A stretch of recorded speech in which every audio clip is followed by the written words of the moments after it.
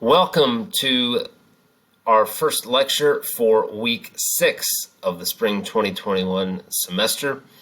As we continue with our discussion of the progressive era, today we'll look at environmentalism and conservation in the progressive era, as well as the major policies of progressivism that were passed and enacted during the presidency of William Howard Taft. But before we begin today's lecture and this week's set of lectures, I want to start off by discussing the first exam. I posted the first exam today on Monday, February 22nd at a little after noon. Right around 12:15 or so. I posted it on Blackboard. It's in the content section on Blackboard labeled Exam 1. I also sent a broadcast email to the class with notification that the exam had been posted on Blackboard in the content section, and I attached the exam itself to the email. As the exam states, it is due a week from February 22nd on Monday, March 1st, and it's due by 11:59 p.m. That Monday. It should be uploaded to SafeAssign, much like you just did with your recent primary source analysis assignments, and it is in effect, a take-home exam. So you have the entire week to work on it, the weekend to work on it, even all day, basically, next Monday to work on it as well, if need be.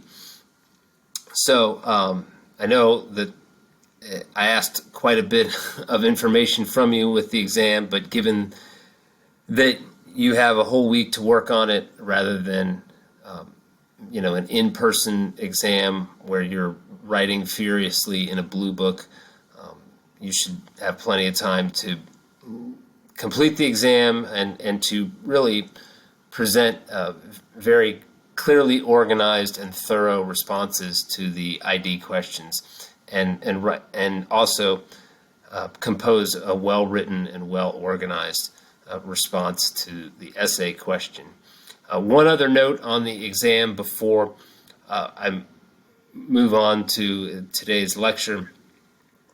I received a question from a student via email regarding the format in terms of on the exam itself. It says to submit the exam in a Microsoft Word document, upload a Word document with your exam and the responses in there. I would really prefer it if you could do that. I recognize not everybody has Microsoft Word or has the ability to access Microsoft Word, and I don't necessarily want people to go out and have to acquire that if they don't need it for their other classes or their other work.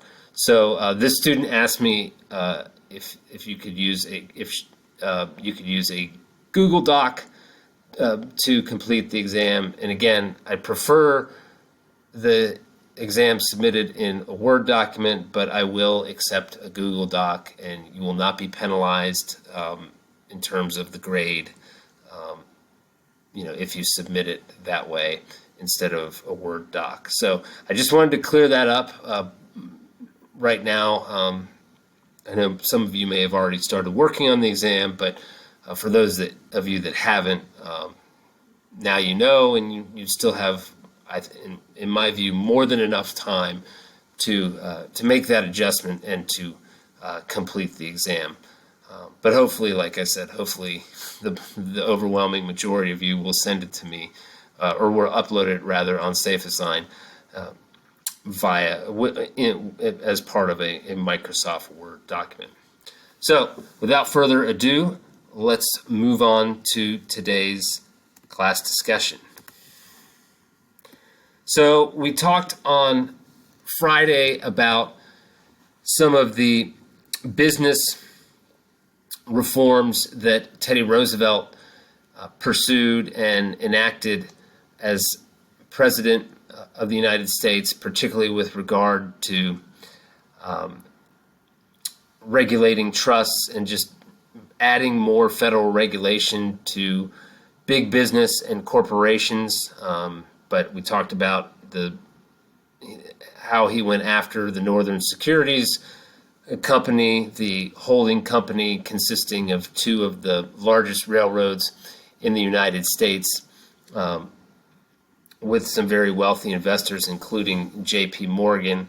And Roosevelt pursued regulations that would break up the Northern Securities Company. That ultimately resulted in a U.S. Supreme Court case, United States versus Northern Securities Company, and the Supreme Court ruled that the Northern Securities Company was a monopoly and needed to split up into separate corporations. And we also, in addition to discussing that case, we talked about Teddy Roosevelt's actions regarding the 1902 coal strike, or as I wrote in the slide as part of Friday's lecture, the 1902 anthracite strike, in which Roosevelt forced the two sides, the coal mine operators and the United Mine Workers, to come to the bargaining table in Washington in October. It ultimately went to an arbitration commission that Roosevelt himself appointed, and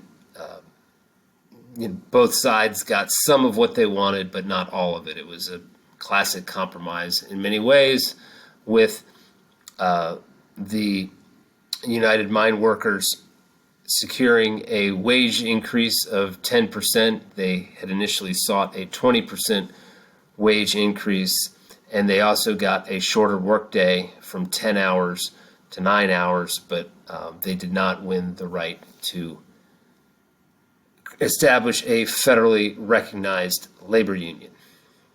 So that was a brief review of Friday's lecture, and now we'll move on and discuss Teddy Roosevelt as an environmentalist and what his views were and policies were with regard to federal public land.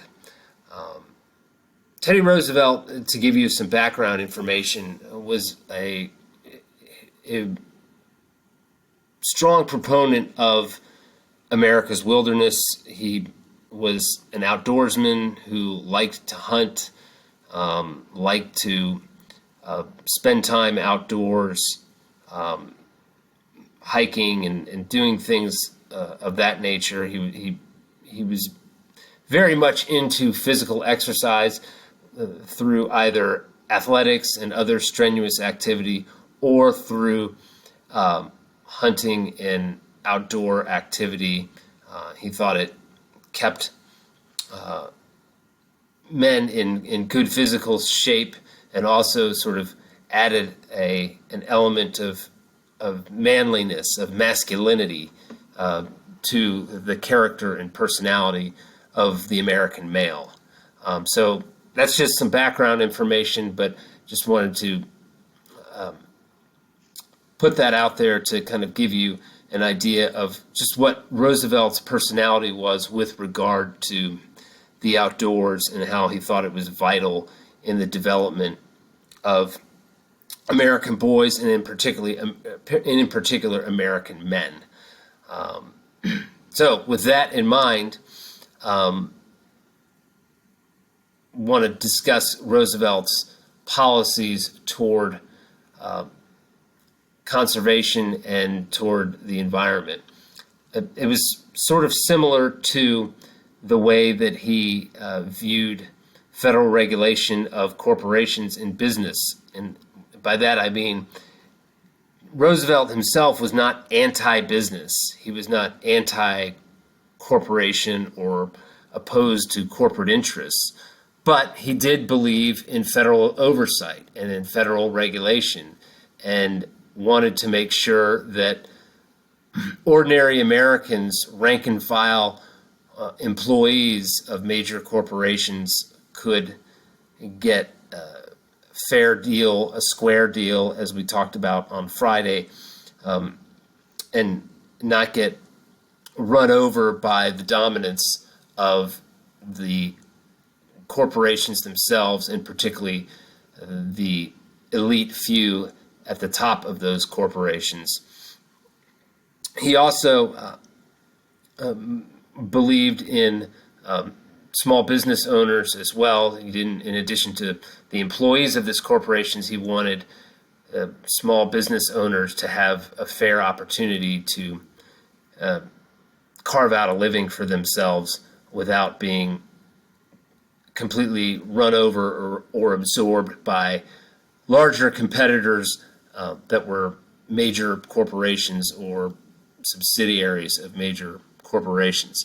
So that's sort of guided, that philosophy guided Teddy Roosevelt with regard to the Northern Securities Company case, with regard to his involvement in the coal strike, the anthracite strike of 1902. And as I mentioned Friday, that was a significant departure from his predecessors, both his immediate predecessor as president, William McKinley, and also a departure from other presidents of the late 1800s who took more of a laissez-faire approach toward business and did not push for stringent regulations and kind of let corporations do as they please. And specifically, Grover Cleveland fits into that category. Rutherford B. Hayes fits into that category, and others as well. Roosevelt took more of an active role in trying to foster a middle ground in which both the ordinary American worker and the ordinary American small business owner could realistically have a chance to earn their piece of the financial pie,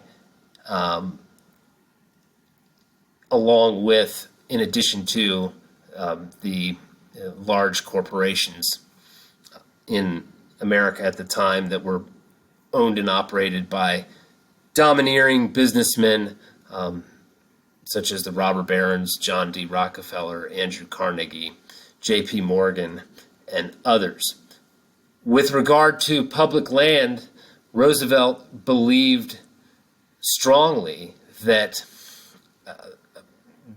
America had a finite amount of natural resources, that America could not just continue to extract natural resources in pursuit of the maximum amount of profits and revenue available.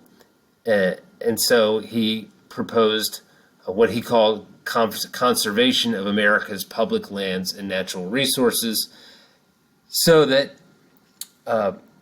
industries such as the logging industry and the hunting and trapping industry did not eradicate all of America's trees in the vast wilderness states and regions, vast wilderness regions, I should say, out west and in other parts of the country, and also did not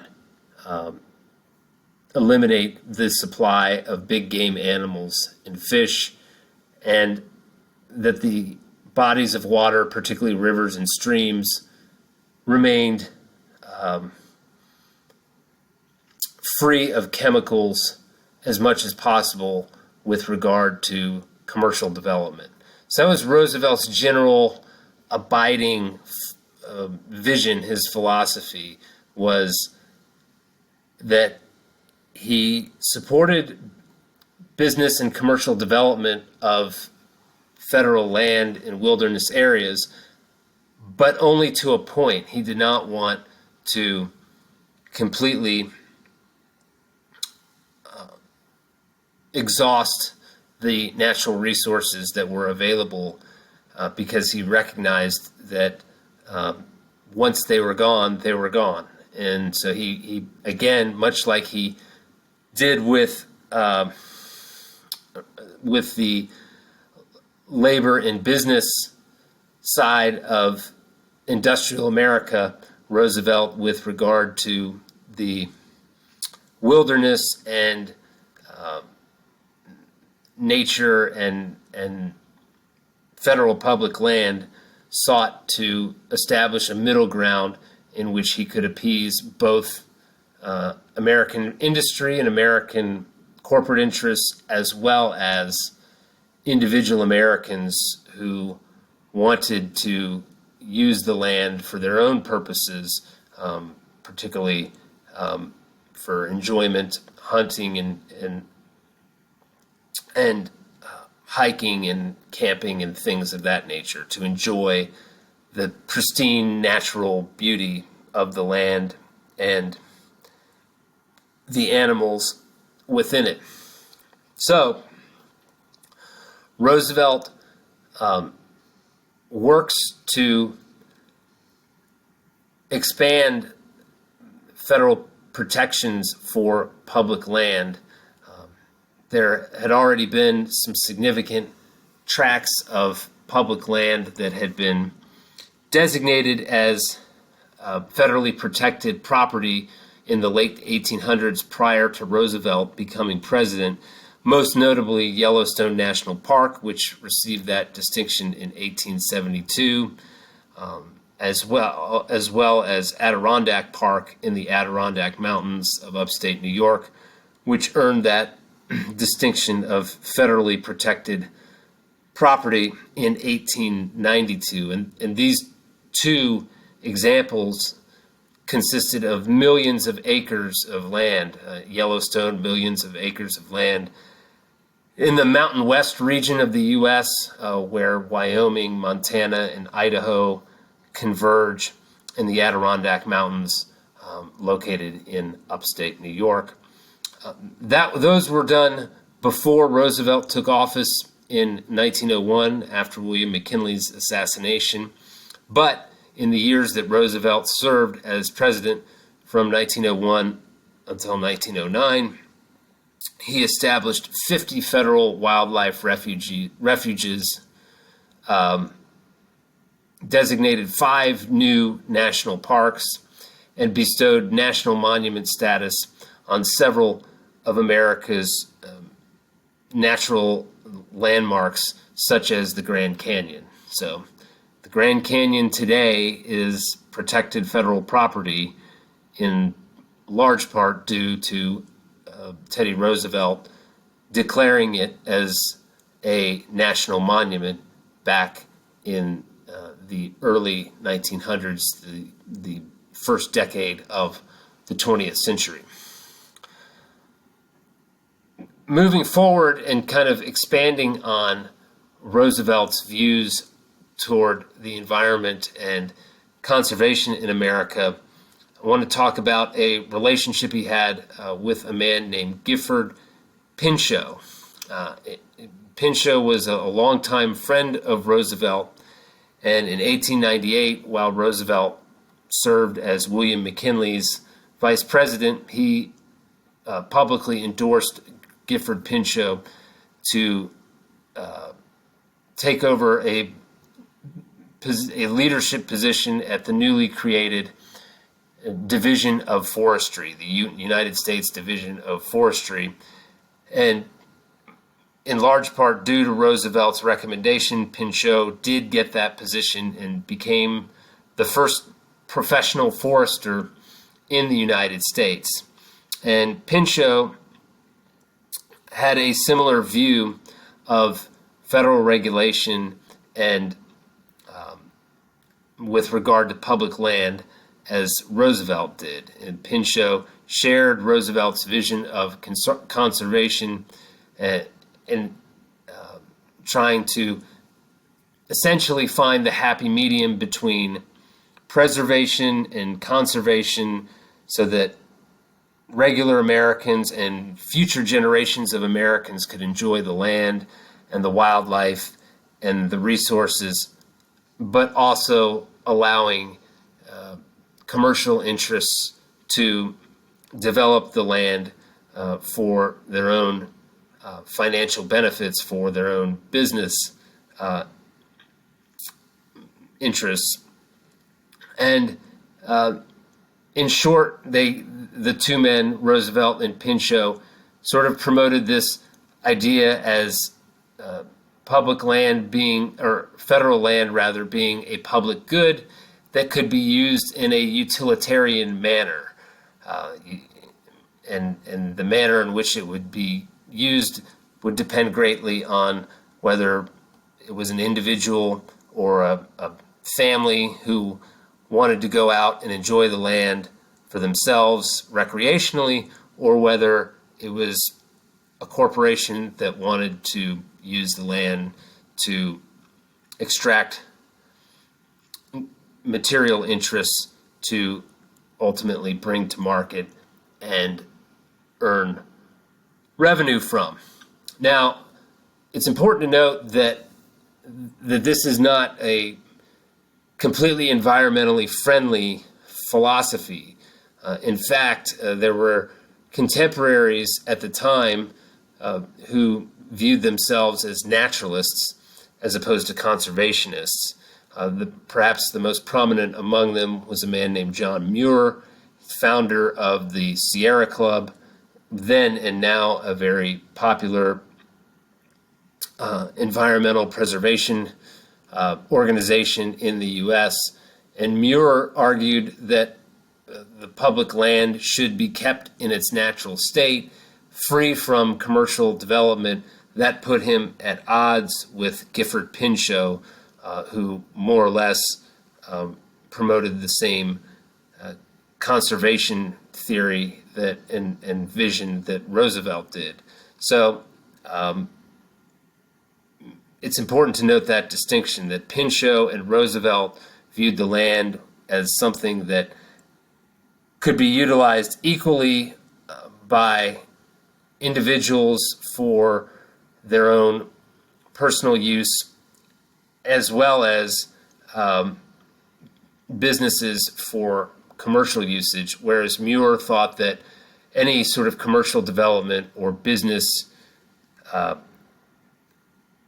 usage of the land went against his vision for what the land should be, which is public property to be enjoyed and kept in a pristine natural state.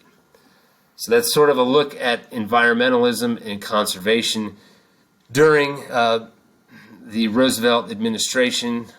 If you take a look in the upper right-hand corner of the slide, that's a editorial cartoon with Teddy Roosevelt on the right and Gifford Pinchot on the left. You can see Roosevelt has his hand on Pinchot's shoulder, and he is publicly endorsing Pinchot in that in this particular depiction here. He's basically saying,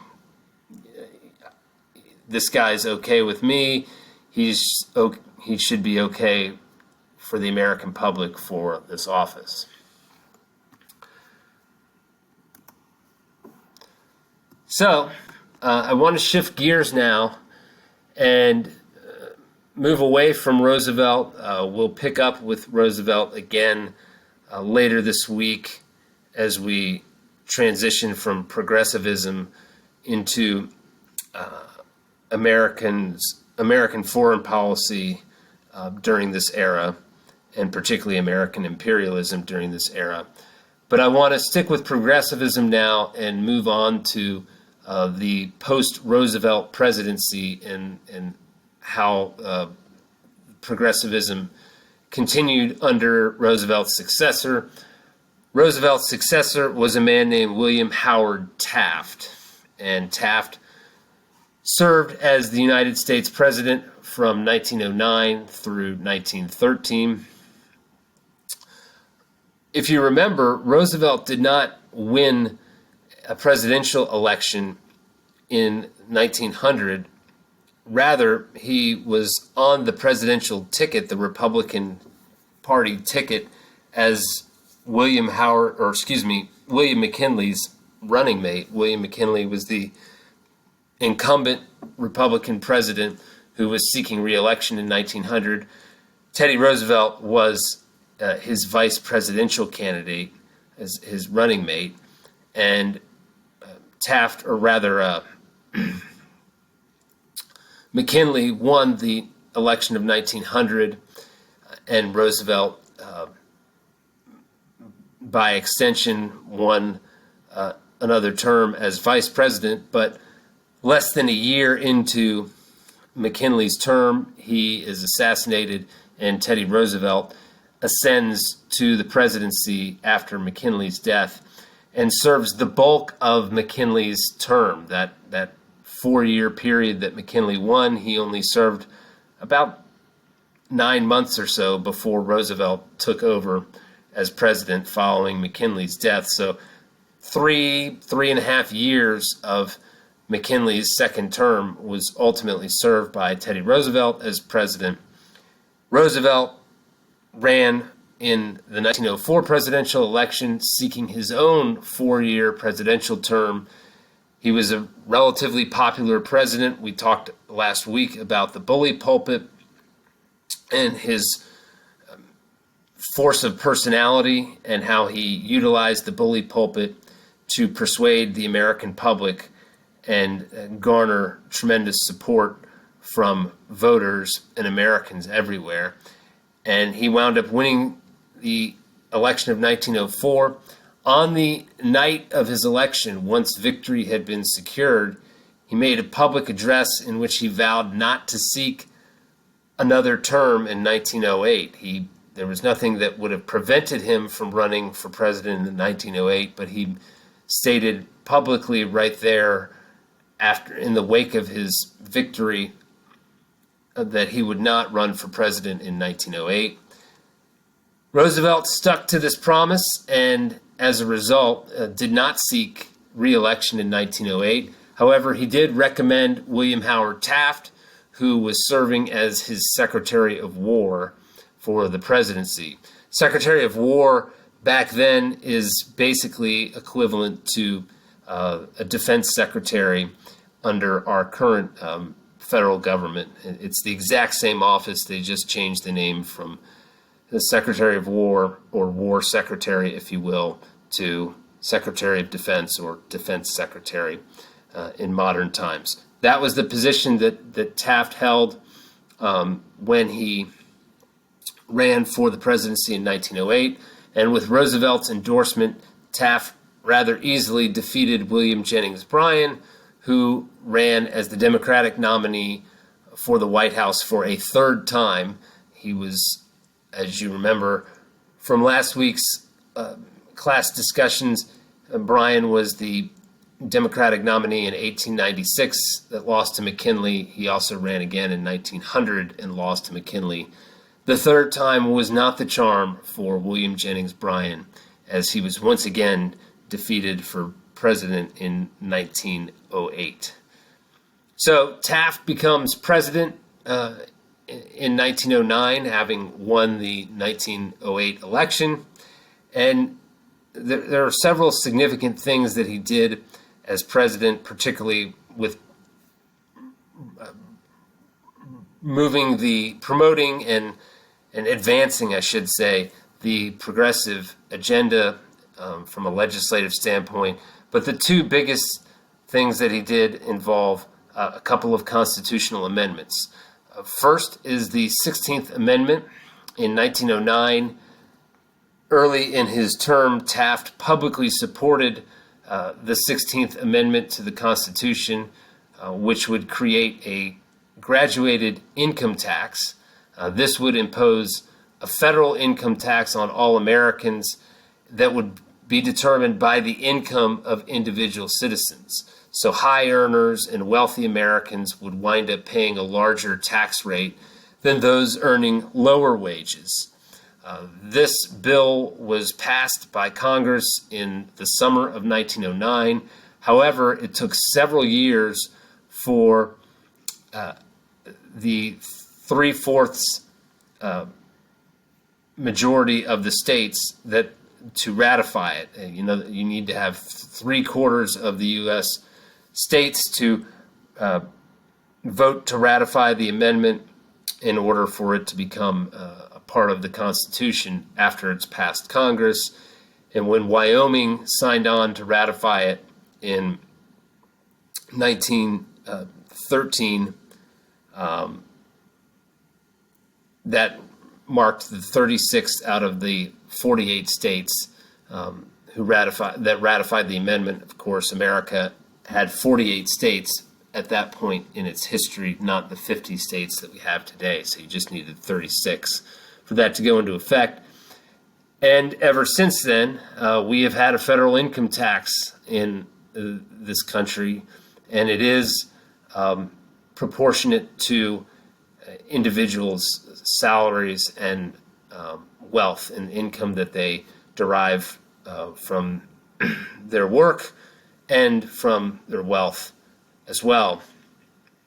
A significant portion of the total annual revenue that the federal government takes in every year comes directly from income taxes. That was, again, supported by William Howard Taft in 1909.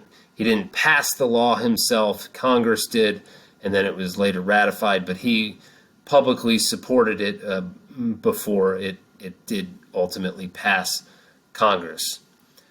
The second significant, really landmark piece of legislation that came into fruition during the Taft administration was the 17th Amendment. And the 17th Amendment of the U.S. Constitution established the direct election of United States senators by American voters, by the American electorate. Taft supported passage of the 17th Amendment. Passage of this amendment occurred in the final year of his presidency in 1912, and it was implemented shortly after he left office in the spring of 1913. Prior to 1913, U.S. senators were not elected by the voters. So if you were an American voter, basically if you were a white American male in the early 1900s, and had voting rights, you could vote for the president, you could vote for your local representatives in state legislatures, you could even vote for members of the House of Representatives, the U.S. House of Representatives, but you could not vote for the U.S. Senate.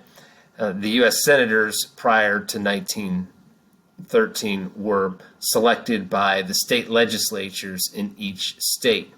Now, voters had a course of action to try to get their preferred candidate or candidates into the Senate, but they couldn't do that directly. They had to persuade their local legislators to pick certain candidates in order for those candidates to go to the Senate. Not unlike today, if there's a specific issue that you're passionate about and you want Congress to take that issue up, or you want your local state legislature to address that issue at the local level, what do? You contact your local state representative or state senator or your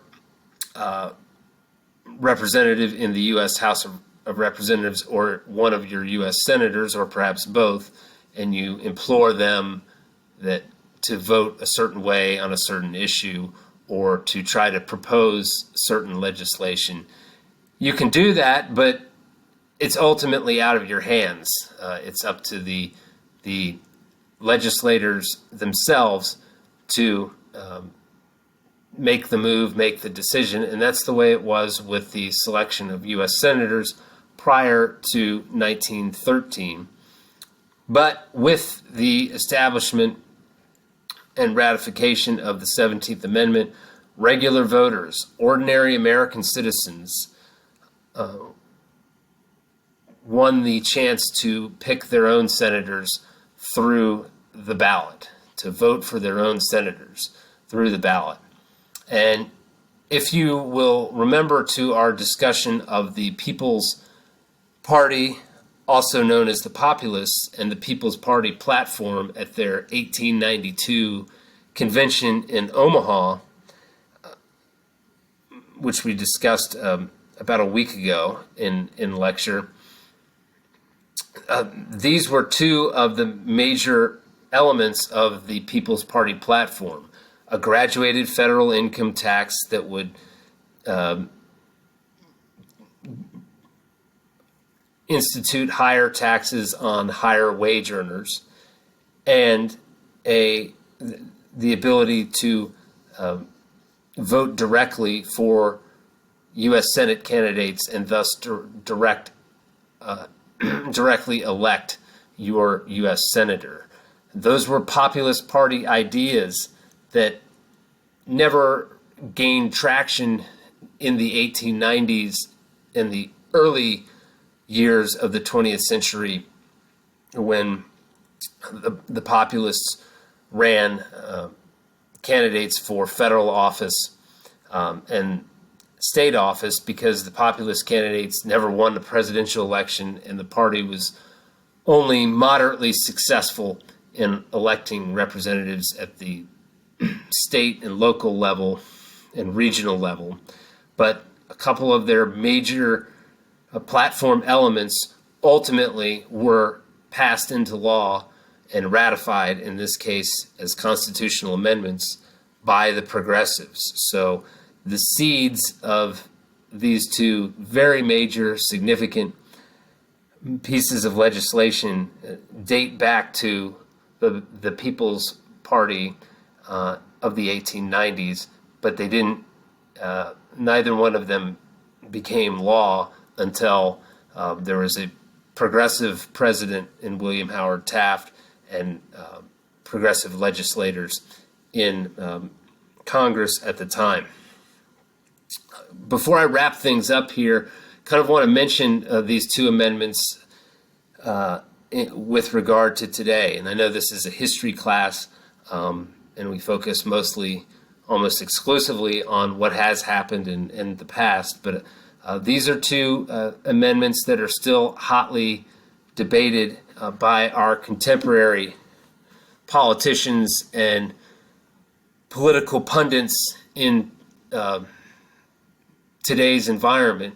In particular, in the last decade or so, there's been a strong movement by the conservatives, both conservative politicians as well as conservative commentators, who are in favor of repealing the 17th Amendment and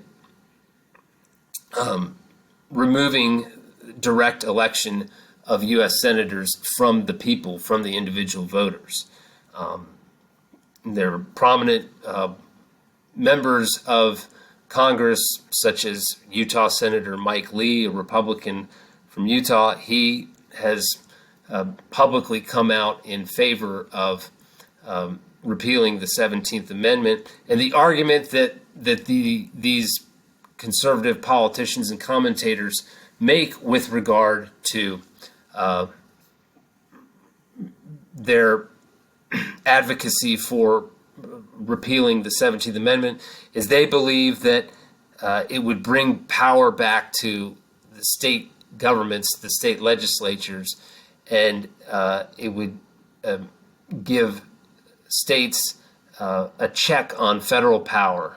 Remember, conservatives prefer small government, and they believe in state sovereignty, states' rights, and they view this as an ultimate issue that could return a key part of states' rights and state sovereignty to the state legislatures. They also want to do this because the Republican Party controls much of the state legislatures across the country. So they would, if they ever succeeded in this, and it's a long shot, I don't think it'll happen anytime soon, and most political scientists and scholars that have researched this issue believe that there's just simply not enough support, because most American voters like the idea of getting to choose who represents them in the Senate. But if it did ever come to pass, it's highly likely, based on the composition of state legislatures now, that the Republicans would not only regain a majority in the U.S. Senate, but they would expand and really have a stranglehold on the number of U.S. senators within their party. And if they were able to do that, and they controlled the Congress and the White House at the same time, they would also try to repeal the 16th Amendment as well,